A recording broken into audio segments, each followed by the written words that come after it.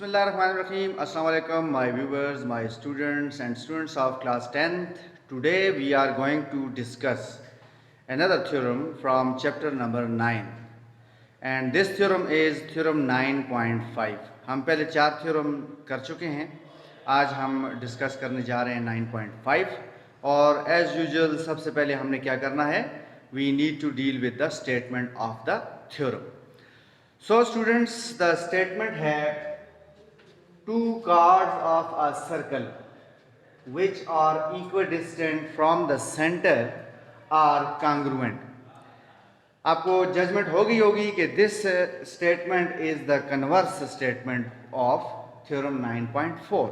9.5 theorem is the converse theorem of theorem 9.4. उसका जो given था वो यहाँ पर टू प्रूव है और उसका जो टू प्रूव था वो इसका गिवन है. यानी यहाँ पे हमें गिवन है कि the chords of a circle which are equidistant from the centre. This is a circle of centre O. मैंने इसको ड्रॉ किया है बाय यूजिंग द कंपास और हमें गिवन है कि these two cards AB and CD both are at equidistant from the center, that is OE is congruent to OF. What we need to prove? We need to prove that के are congruent. Who are congruent? The two cards are congruent. So this is to prove. हमने prove करना है कि अगर दो cards center of the circle से equidistant हैं तो वो आपस में congruent होंगी. So students, फिगर आप देख सकते हैं. हमने एक सर्कल ड्रॉ किया है, दो कार्ड्स हैं, उसकी सेंटर O है और वो हमने उसका डिस्टेंस भी शो किया है, जो कि डेफिनेटली हम पिछले थ्योरम में डिस्कस कर चुके हैं कि जब भी हम किसी पॉइंट का किसी कार्ड से डिस्टेंस लेंगे तो it is always a perpendicular distance. Straight distance is always perpendicular. So that's why both these angles are right angles. So given लिख लेते हैं. A circle with center O, you will see that a circle with center O and AB and CD are two cards equidistant from the center. दोनों cards हैं वो क्या हैं? Centre से equidistant हैं. ये हमें इंफॉर्मेशन दी हुई है किसके अंदर? स्टेटमेंट के अंदर दी हुई है. That is OE is congruent to OF. उनके डिस्टेंसेस भी शो कर दिए फिगर में हमने कि वो कौन से डिस्टेंसेस हैं. OE is congruent to OF and also OE is perpendicular to AB. जैसे कि अभी मैंने कहा कि OE जो डिस्टेंस है ये ज़ाहिर पॉइंट O का कार्ड AB से डिस्टेंस है और डिस्टेंस हमेशा जो है वो क्या होगा? ये वाला परपेंडिकुलर होगा. इसी तरह से similar case is with OF and OF is perpendicular to chord CD. Reason वो ये कि पॉइंट O का डिस्टेंस हमने लिया हुआ है कार्ड CD से तो वो हमेशा परपेंडिकुलर डिस्टेंस होता है. ठीक हो गया students? Now we need to prove these two cards a congruent card. So AB is congruent to CD. Cards हमारे पास जाहिर है AB और CD हैं और हमने इनको congruent prove करना है. Now students, कंस्ट्रक्शन में हमने क्या किया? कंस्ट्रक्शन में हमने इस पॉइंट O को कार्ड AB के एक पॉइंट A से और O को कार्ड CD के एक एंड पॉइंट C से ज्वाइन कर दिया. So join O to A and C.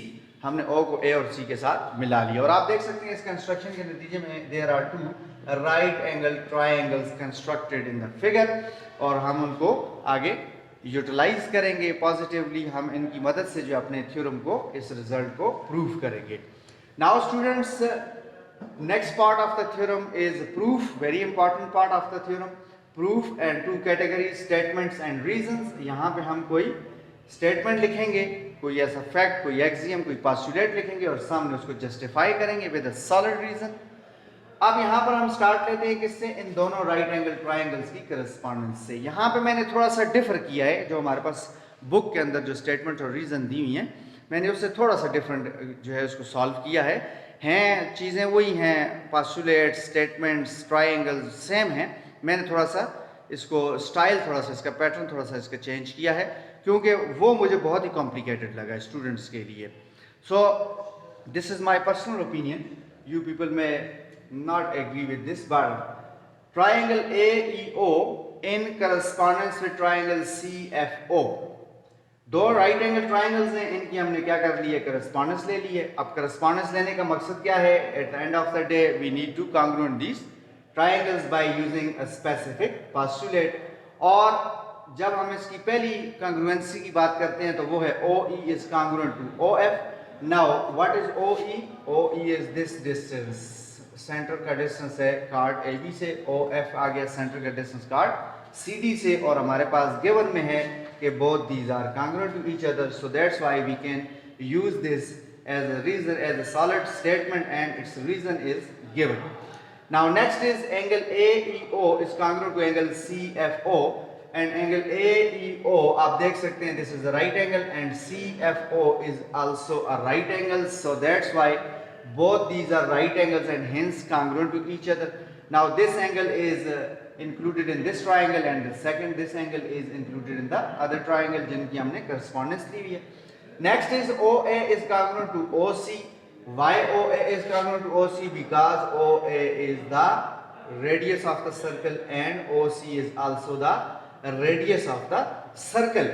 Triangle की तो ये sides हैं, लेकिन circle की क्या है, ये रेडियाई हैं. सो स्टूडेंट्स हम इनको कॉन्ग्रुएंसी इनकी ले रहे हैं करस्पॉन्डेंस के अंदर, और एक्चुअली हम उसकी जो रीज़न दे रहे हैं उनकी इक्वालिटी की या कॉन्ग्रुएंसी की जो रीज़न दे रहे हैं वो सर्कल के रेफरेंस से दे रहे हैं. So hence OA is congruent to OC and OA is congruent to OC. OA is the side और हाइपोटेन्यूज भी कह सकते हैं आप इस राइट एंगल ट्राइंगल का, क्योंकि it is facing the right angle, and this is the hypotenuse of the next right angle triangle because it is also facing the right angle. So the hypotenuse of this triangle is congruent to the hypotenuse of the other right angle triangle. And reason क्या है why these are congruent, हमने इनको मैयर तो नहीं किया, but we are sure these are congruent because they are radii of the same circle. So students, hypotenuse side postulate कहता है कि आपके पास अगर किसी राइट एंगल ट्रायंगल की करस्पॉन्डेंस ले रहे हैं आप किसी दूसरी राइट एंगल ट्रायंगल के साथ, और अगर इसका हाइपोटेन्यूज इसके हाइपोटेन्यूज के कॉन्ग्रुएंट हो और कोई और एक साइड लाइक OE इसकी बेस आ गई और OF इसकी बेस आ गई, another side is congruent to the corresponding side of the other triangle, so these two right angle triangles are congruent, and this is what hypotenuse side postulate tells us, states us. ठीक हो गया. So according to this postulate, hypotenuse side postulate के accordingly both these triangles are congruent. If both these triangles are congruent, then each and every element, each and every side and angle, corresponding side and corresponding angle are congruent. हमारा जिस side के साथ ताल्लुक होगा हम सिर्फ उसको discuss करेंगे, बाकी जो है हमारे पास जो एंगल O के कॉन्ग्रुएंट है, we do not need to prove we do not need this point to prove this theorem, so हम इसको इग्नोर करेंगे. So हमारे पास जो मेन चीज़ है वो ये है कि हमें AE चाहिए और CF चाहिए. क्यों? हमें AB और CD को कॉन्ग्रुएंट प्रूव करना है, और आप देख सकते हैं कि these are the parts of AB and CD, these are the segments of AB card and CD card. So something is better than nothing. हम इसका एक पार्ट ले लेते हैं at the moment according to this congruency. So AE is congruent to CF. This is what we concluded, this is what we get. Why these are congruent? Because corresponding sides of congruent triangles हैं, triangles are congruent, hence their corresponding sides are congruent. और आप देख सकते हैं कि AE की correspondence जो है वो CF के साथ है. आप यहाँ पे जो लिखा हुआ है इससे भी आप जज कर सकते हैं कि AE is the corresponding side of CF. So AE is congruent to CF. हमने इसको इक्वेशन 1 का नाम दे दिया, हम इसे फर्दर आगे यूज करेंगे, कहीं रेफरेंस के तौर पे इस्तेमाल करेंगे. सो दैट्स व्हाई हमने इसको इक्वेशन 1 कह दिया. Now student we know that from given कि OE is perpendicular to AB, OE is perpendicular to AB, and also we know that from given OF is perpendicular to CD because these are the distances of the cards from the centers. Now what we conclude from this given, हम कह सकते हैं कि AE is congruent to EB. अगर OE is perpendicular to AB, then it bisects the cards. ये हमने कहाँ पे पढ़ा था? थ्योरम 9.3 में पढ़ा था कि अगर कोई सेंटर से हम कोई ड्रॉ करते हैं परपेंडिकुलर किसी कार्ड के ऊपर तो वो उसको बाइसेक्ट करता है. सो अगर ये बाइसेक्ट करेगा तो इसका मतलब है कि AE जो आपके पास सेगमेंट बन रहा है वो कॉन्ग्रुएंट होगा किसके? EB के. लेट अस सपोज अगर इसकी length, let us suppose, we are not sure कि कितनी होगी, बहरहाल लेट अस सपोज कि 10 सेंटीमीटर है, तो कंफर्म है कि ये भी 5 सेंटीमीटर और ये भी 5 है, तो इसका मतलब है ये 5 और ये 5 इक्वल होंगे. Similar is the case with the other card. OF bisects the card because it is perpendicular according to the theorem number 9.3. So CF is congruent to FD. यही मैंने आगे लिखा, CF is congruent to FD. Therefore हम कह सकते हैं कि AE is congruent is equal to half of AB. अभी मैंने आपको एग्जांपल दी थी कि अगर AB let us suppose 10 centimetre है तो फिर ये 5 होगा, तो फिर हम कह सकते हैं कि 5 is half of 10 because total अगर AB 10 है तो फिर AE 5 होगा. So that's why AE जो है वो हाफ है AB का, because बाइसेक्शन हुई है. तो बाइसेक्शन का मतलब ये है कि टू इक्वल पार्ट्स बने हुए हैं, यानी यहाँ से यहाँ तक और यहाँ से यहाँ तक. सो इट मीन्स दैट कि वी कैन से दैट कि AE जो है, ये वाला जो पोर्शन है इसका AE, ये हाफ है पूरी कार्ड का. और यही सिचुएशन दूसरी तरफ भी है. हमें पता है कि CD जो कार्ड है वो फुल अगर 10 सेंटीमीटर है तो CF 5 सेंटीमीटर होगा. क्यों 5 सेंटीमीटर होगा? क्योंकि हमें पता है कि OF ने CD को बाइसेक्ट किया है, टू इक्वल पार्ट्स में कन्वर्ट किया है. सो दैट्स व्हाई ये वाला पार्ट इसका और जो दूसरा पार्ट है वो इक्वल है. अगर टोटल लेंथ इसकी 10 है तो ये भी 5 होगा और ये भी 5 होगा. सो हम कह सकते हैं कि इसका ये वाला जो पोर्शन है, ये वाला जो सेगमेंट है CF 5 सेंटीमीटर, ये फुल कार्ड 10 सेंटीमीटर का हाफ होगा. ठीक हो गया students? So CF is equal to half of chord CD. और रीजन मैंने सामने लिख दिए कि बिकॉज AE एंड EB जो इसके सेगमेंट्स हैं these are congruent. CF is congruent to FD, that is CF, और जो दूसरा सेगमेंट है these are congruent. So that's why we can conclude these two, equation 2 and equation 3. नाउ यहाँ से आगे जो हमने इस्तेमाल करनी है प्रॉपर्टी वो है ट्रांजिटिव प्रॉपर्टी.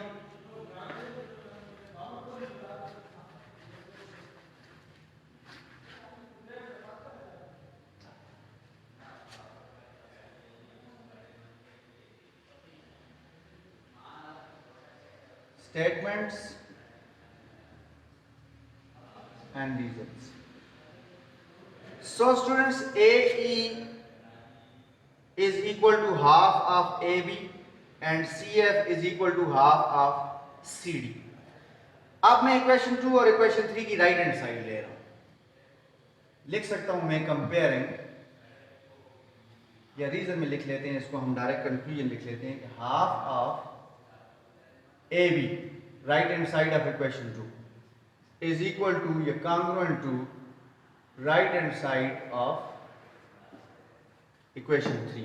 यहाँ पे हम लिख सकते हैं comparing equation 2 and 3. और साथ आप ये भी लिख सकते हैं कि AE is congruent to CF from 1. हम यहाँ पे प्रूव कर चुके हैं कि AE is congruent to CF equation 1. सो इसका मतलब है कि इक्वेशन 2 और इक्वेशन 3 दोनों की जो right and left hand side है आपस में congruent है. आप देख सकते हैं AE is equal to CF. So AE is equal to CF. सो मैं कंक्लूड कर सकता हूँ कि LHS is of equation 2 is congruent to LHS of equation 3. So left hand side is congruent to the right is automatically congruent according to transitive property. ठीक है? Compare equation 2 and 3 और साथ लिख सकते हैं आप transitive property. Now students, अगर मैं मल्टीप्लाई कर दूं 2 को दोनों तरफ तो AB is congruent to CD. Reason आप लिख सकते हैं कि multiplying 2 on both sides. So multiplying 2 on both sides से क्या होगा? इधर भी 2 मल्टीप्लाई करेंगे 2 कैंसिल हो जाएगा, इधर भी 2 मल्टीप्लाई करेंगे 2 कैंसिल हो जाएगा. जो फाइनल रिजल्ट आपके पास आएगा AB is congruent to CD. This is what we need to prove. So students, I am quite hopeful कि आपको ये वाला थ्योरम बहुत अच्छे तरीके से समझ आया होगा. इंशाल्लाह नए टॉपिक के साथ, नई एक्सरसाइज के साथ मिलते हैं बहुत जल्द. Till then take care. अल्लाह हाफिज़.